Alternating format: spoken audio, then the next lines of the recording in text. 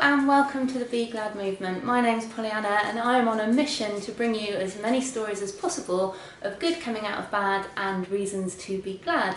And today I'm joined by Alex Lewis. Good morning. Firstly, a massive thank you, Alex, for letting me come and talk to you today. I know how busy you are, and I also know that you've been filmed by professional people with cameras, not just me with my camera on a tripod. So I really appreciate that. Now, it's pretty obvious that you've lost your limbs. Yes, and I have. Would you like to give us a bit of a background story of what happened to you? So, background story, briefly, it was November 2013. I just felt that I had a bit of man flu. Nothing more than that. It was November, lots of people were having coughs and colds. And then after about sort of 10 days to 2 weeks, I started to feel really, really rough, really, really ill, and I thought it was more severe flu. And then after probably about, I said 2 weeks, I woke in the middle of the night and I went to the loo and there was blood in my urine. And I went back to bed and I remember saying to Lucy, something really not quite right. And the following morning, she had to go to work, and I woke up and I was lucid. I couldn't put my clothes on, I couldn't function. I was in incredible pain. All over, there wasn't a particular place, but it was just everywhere. And I remember staggering downstairs and letting Lucy back in when she came back from work, and then she could see that I was desperately unwell, and then we called the paramedics, and I was rushed into Winchester, and it was there that they discovered I'd contracted strep A, which led to toxic shock syndrome, which meant that all my internal organs shut down. And I was placed on life support within probably 30-35 minutes of arriving. And after 6 days, Lucy and my mother were told that the likelihood of me surviving it were 3%. Okay. And the anaesthetist there, Jeff Watson, said, look, you need to prepare to say your final goodbyes. The following day they said, look, if he gets through the next evening, then he's clear. But if not, then we'll wake him and you can say the last goodbyes. And then for whatever reason I did survive, or I perked up through the night. And then the following day, I woke up and I remember seeing Lucy and some close friends. And we were lying there thinking, what the hell had gone on? What am I doing? Why am I here? And then it was all explained. And at that point, we didn't really understand what the future held in terms of, was I going to stay there, get better and go home, or what happened? And I was rushed to Salisbury, and it's there that they said, because of the illness and the strep, I contracted septicemia and sepsis, and that was killing my extremities. So my feet had turned black, hands had turned black, and I was told that I'd lose certainly my feet, and then my left arm, I think, above the elbow. They thought they could save my right arm. And what ensued was probably 100 hours of surgery. Wow. In maybe 3 or 4 weeks, I suppose. And as you can see, both legs gone above the knee, sure. Left arm above the elbow. Sadly, my right arm didn't survive, and I lost that probably July 2014. Right. Crikey, that's a lot to deal with. It was, yeah, it was quite a full-on period of time. Sure. Quite a dark time, I imagine. Can you remember how you were feeling at the time? I remember at Winchester I was too drugged up, so I didn't really know what was going on. And getting to Salisbury, I remember the first person I met was my plastic surgeon, and she was very, very cool and almost deadpan in the way that she delivered, you're going to lose your feet, you're going to lose your arm. And then she walked off, and I remember I was lying there thinking, what on earth is all that about? And I remember my best friend coming back in, and I was so pumped up on morphine that I had a bit of an episode, and I tried to escape. I said, I'm not standing for that, I'm going to go. Right. But physically I couldn't even move. Sure. And I was really, really angry. I remember my best mate Chris getting really knocked about it as well, and saying, oh my God, he's just been told he's going to lose his feet and his arm. But then the following day I woke up and I was much calmer. And I think I was going for surgery that day, I think. And I remember the psychologist coming to see me, because Lucy wasn't prepared to tell me that I was going to lose my left arm. Okay. above the elbow because I was left-handed. Right. So the concern was, oh my God, please make it be the right arm, but it was the left. And I remember the psychologist coming in and saying, how do you feel about losing your left arm? And I said, well, it's quite simple. If it means that it's going to stop the strep from trying to kill me, then I'd rather be here than not. Sure. So we I think we accepted it quite quickly. And the first probably 2 months of Salisbury were in intensive care, on dialysis, in and out surgery. And then by the time I moved to the ward, I think that's when it kicked in a bit, because we were sort of in a place of recovery once I got to the ward. And although I was still going in and out for skin grafts and facial surgery and all sorts of other bits and pieces and corrective surgery, there's a lot of time of lying in your bed and you're staring at the ceiling, counting the roof tiles every night. And there were points when you were so tired, you were in pain, and you just wanted to be somewhere else. Sure. But I'd say, if I'm honest, I probably had maybe 5-10 bad days. Okay. Which in 7 months was nothing really, because I had huge support from the outside. I had people come and see me every day, so there was never a period of time where I felt alone. And I understood it. I knew that, it was rough. We hadn't even begun to think about the future in terms of living with no legs, living without arms, what that even meant. Sure. We hadn't thought about wheelchairs at that point. So the reality was a long way away from going home. So we just accepted that this was part of the process. Dealing with every day. To keep me alive. And in the end, I used to enjoy going to see the anaesthetists. I knew all the nurses. Right. I knew pretty much everyone in the whole of Salisbury Hospital, because I was constantly in and out the corridors, and I was lucky. I shouldn't have been alive. Right. Let alone, going through this.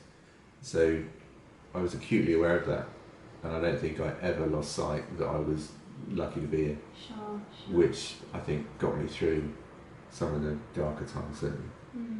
In one of the other videos that I've watched about you, you mentioned that it's actually, now when you reflect, it's a good thing. Do you want to elaborate on that a little bit more? What was your life beforehand? Well, my life was very good, but I was uber relaxed, horizontal really, and I sort of coasted all the way through. And then when our little boy was born in 2010, Lou said, there's no way I'm going to be a stay-at-home mum. That's not for me. Lucy loved working, loved her job. And I was in a position of transition where the building industry dipped so much that I couldn't, the work was there, but it was very poorly paid. So we made a decision that I would be a stay-at-home dad. And that was amazing for me, because it meant, I didn't have to go to work. Right. And I just could have fun with my little boy. And I'm so grateful for that time, because I had 2.5 years with Sam that I simply couldn't have had if I'd fallen ill earlier on. Right. And we had a great bond. And then when we took over a pub in Romsey in, I think it was 2011, I think, maybe 2012. It was great. I was going to be on, more still on that site. Lucy was working elsewhere at the time. So we did a lot of building work. So if I wasn't looking after Sam, I was there building up the business as such. And once the pub was open and fully running, we then took a second site, another restaurant in Stockbridge. So I didn't see Lucy for maybe almost a year really. Right. And it was just Sam and I, and we were living in a pub. So I was drinking very heavily. Okay. I always used to enjoy a drink. And I knew I was drinking a lot. I was drinking maybe 12, 14 pints a day, maybe 2 bottles of wine at night on top. And then waking up the following day feeling fine, and then doing it all over again. So I clearly had a problem, but I wasn't willing to admit that at the time, and it caused friction between Lucy and I, rightly so. And Sam started to go to nursery, so I didn't have so much time with him, so I had more spare time, and the pub was, it was I loved it because it was my private drinking den, really, and I just staggered upstairs to bed at night. Right. And looking back on it, that was a dreadful waste of my time, really. But I had that 2.5 years with Sam, so I've got no regrets about that. That was the best time of my life. So when I fell ill, realising that I could never ever go back to that, although a lot of people thought, oh my God, he's lost his legs and arms, he's going to be a complete alcoholic because he won't be able to cope with it. Right. For whatever reason, I went the opposite way. I remember being in hospital, I just come out of intensive care, and it was my birthday, and I was a big Guinness drinker before I fell ill. And I remember they brought a can of Guinness in, but because my mouth opening was so small after surgery, it had to be injected into my mouth. I remember lying there having this Guinness injected, and it just tasted dreadful. Right. And I'm like thinking, oh my God, Why? you know, why would I want to be doing that? So, you know, alcohol, I still like a drink, but it just wasn't part of my life from falling ill. Sure. And I think it gave me a bit of clarity that, you know, do I want to see my son grow up or not? Right, yeah. So when I was losing limbs and going into surgery, it was all about Lucy, all about Sam, and I just wanted to be with him. Sure. But because that bond was cut so dramatically, I remember this was probably Christmas in 2013, and Sam came to see me. It was Christmas Day, and the hospital was amazing. Salisbury was fantastic, so was Winchester. I was very lucky to have great teams of people supporting within the hospital. And I remember Christmas Day, and there were presents on the bed, and it was as joyous as it could be, and you know, really. But he couldn't get close to me because the physical change is so huge that the bond that we built up in the first 3 years of his life had gone almost overnight. And that was the worst thing for me. You could see it in his eyes when he looked at me. He was saying, "Oh my God, what is happening over there?" Yeah. And it was heartbreaking. And I felt sorry for him. And that was the worst thing for me. So anything that I did moving forward was to try and build that back up. Sure. And I think that the more effort I put into it, the more I got out of it. So, come the middle of 2014, moving forward, going through rehab, coming back out, realising that I had such amazing support, it boosted me, and it made me feel incredibly lucky that I was still alive, incredibly lucky of the people that I've met in my life, who were still in my life. And it's just made me want to go on and do more than ever before. Yeah. It makes you look back on things that you said no to at the time, and the regret of not doing it, whereas now we don't say no to anything, and I feel more fulfillment that way. Right. And I'm very lucky that I still have Sam in my life, still have Lucy in my life. Yeah. Looking back on it, I did waste many, many years, and I regret that.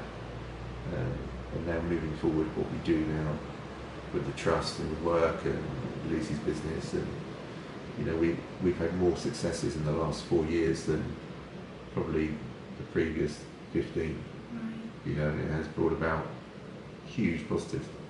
So you're more driven now. Absolutely, yeah, 100%. Yeah, something that I never thought I had in me. I'm still relaxed, and I think you need to be in my condition. You can't be, patience is a virtue, you need bucket loads of it, because a task that might take anyone with legs and arms a minute and a half could take me 15, 20.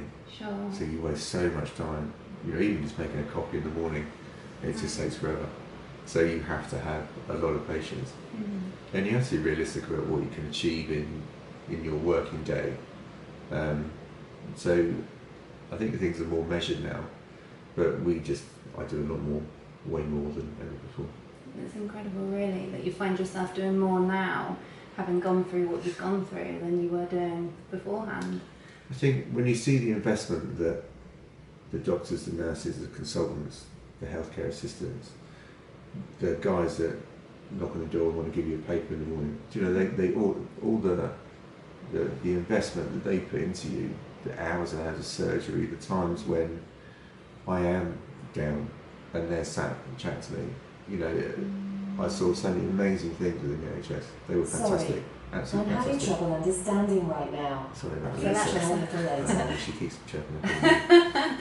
Sorry, say that again. The effort of the people in the Yeah, NHS. the investment for the National Health Service, and you know, all the people that spent countless hours working on me. My plastic surgeon is like a god to me, and so is Jeff Watson and Steve Wimbush, who they found the strep, you know, and they dealt with it there and then, and they saved my life. You know, those guys are, without them, I just simply wouldn't be the man I am now. And I think, having seen it and lived through that for so long, you know, in and out of rehab, and I guess I was in and out of hospital for about 18 months, realistically. I was never ever going to not do more with my life. Right. And I think, if anything, because I've had so much pioneering surgery on my face and arm and all sorts, that we need to test it. We need to see what I can do. What can a quadruple amputee as severe as I am, what can he or she achieve? And I think that pushes us, and pushes me all the time.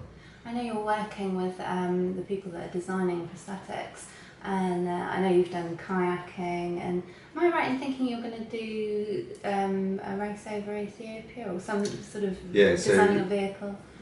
We did a talk about 3 years ago, and there was a chap there who was at Imperial University doing a PhD, and he said, "Oh, you know, I'd love your feedback on a project," and it was muscle whispering technology. So underneath the skin, your muscles will make a particular noise. Each muscle makes a unique noise. Wow. So if it's something like pointing a finger, then all the muscles will have a unique sound to that. So you can actually pinpoint the noise, and then with a robotic arm, you can then, so the muscle whispering is basically a microphone, so we can put the microphone around my arm, then I can imagine pointing my finger, and the robotic arm will point. Wow. It's all hellishly complicated, it's way above my head, but it gave me an insight into what's going on behind closed doors. Yeah. And we wanted more of it to see what the future held, because no matter what happens, unless there's some miracle with stem cell technology, I'm always going to be a quadruple amputee, and I'm always going to need assisted devices, whether it's prosthesis, wheelchairs, arms, you name it, I'm still going to need it. Yeah. And having the ability to give the students feedback on projects, where, for instance, what we see all the time in universities is that these kids want to design prosthetic hands. Well, that's all well and good, but in reality, when you're a prosthesis user, you don't need a little finger. Okay. What would you want us to use a little finger for? Never really thought of that before. So it's you only need really a forefinger and a thumb, or maybe one other, to make a big leap in terms of robotic engineering. So these kids would make us hands with all these fingers, and it's like, well, I can't pick up a pencil with this hand, so what good is it to me? So it's giving them the feedback like that to get them to change their perception. Sure. Nobody can really imagine what it's like to not have an arm. No. You know, you're sure you can put it down the side and not use it, but you know, when it comes to emptying the dishwasher, you know, you can't do it with an elbow and a stump. So, you know, it's very hard for a student to imagine what we're doing. The only way we can help them with that is to give them the feedback of what we miss, what we would like to have. You know, day-to-day living, what would we require on a minimum basis, and then, you know, what can we add to do that? And for once in my life, I was making a positive difference, an outcome to a project. I never went to university, and I regret not going now, because I see some of the great work that goes on in there.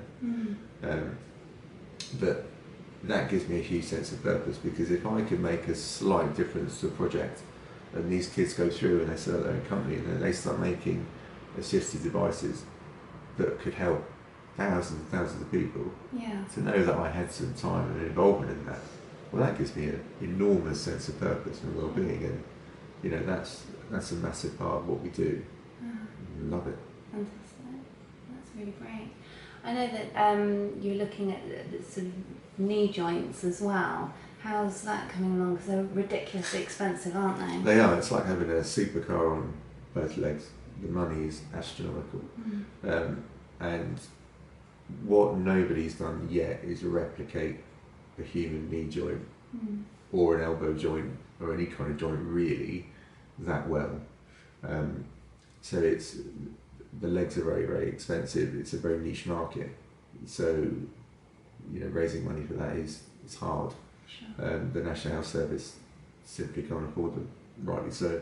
In my lifetime, I'm looking at about 3 million realistically, and that's only going to go up as the years go by, because obviously new technology will come out, and that will be the next big thing. We're all human. We want good stuff. Of course, yeah. So it's very expensive. And I guess Joe public like me don't really think about the fact that we upgrade our phones all the time. But if you're buying actual limbs that you're using, they're going to wear out and they're going to need replacing. So it's not just getting you a new pair of legs or a new pair of arms. They need to be replaced and updated. Yeah, they do. I mean, my arms really last about 18 months, 2 years. Right. Attachments can break at any point. It's like you need a Formula 1 pit crew parting about behind you. When cables break, there's so much that could go wrong because we're all nuts and bolts basically. Yeah. But with the prosthetic knee joints, you might get 5 years out of a set of legs, but that's 240,000 every 5 years. Right. So we, as a charity, we have to pull in 80 grand a year net to keep me in prosthesis. Right. And that's before I go to work, before I do anything really. So it's quite a prospect. Yeah. But the more work we do at the universities, the more we can make a positive difference to these kids coming through, saying, why are these limbs that expensive? Look at it, does it need to be 10 grand? Does it need to be 15 grand? If you can do something for a lot less money but still make great profit, but you're making a positive difference to a section of the public. We need to encourage that, and that's why we give up our time to try and make that difference, because I don't know anybody that can afford my condition. Sure. When you say it like that, it's really weird, but you need to be a multi-millionaire to be a great prosthesis user with all the right equipment. Right. And that, unfortunately, not many of us are like that. So it's daunting, but I can't stop. I will never ever be able to say I've done it, I've raised the money, stop now. Whatever happens in my life, it will always be within Alex Trust and whatever else we do on top of that, whether it's public speaking in schools, colleges, National Health Service conferences, to the university work. We're always going to have a life in charity. So Alex, do you want to tell me a little bit more about the work that you're involved in at the moment? So a lot of the work we're involved in at the moment is with various universities, Imperial, Southampton. And at Southampton, they've created a steering group called FortisNet. And I'm on the committee, and it's my role basically to find the right patient to work with students at the beginning of their project.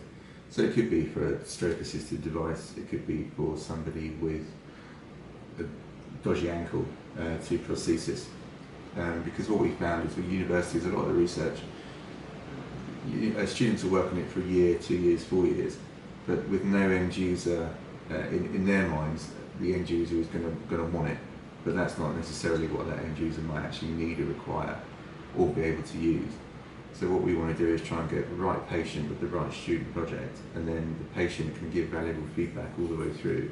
So at the end of the project, there is a device that the patient can take home, trial it, and then if the students don't want to work on it again, then there's other students that will pick the project up. So year on year, you are going to get these devices coming through with an end user in mind, and it's going to be proficient, comfortable, everything that an end user wants. And then hopefully that can make a difference to the market. And if we can keep costs down and look at various ways of marketing and creating the devices themselves, getting them to market, that's, for us, that could make a huge difference.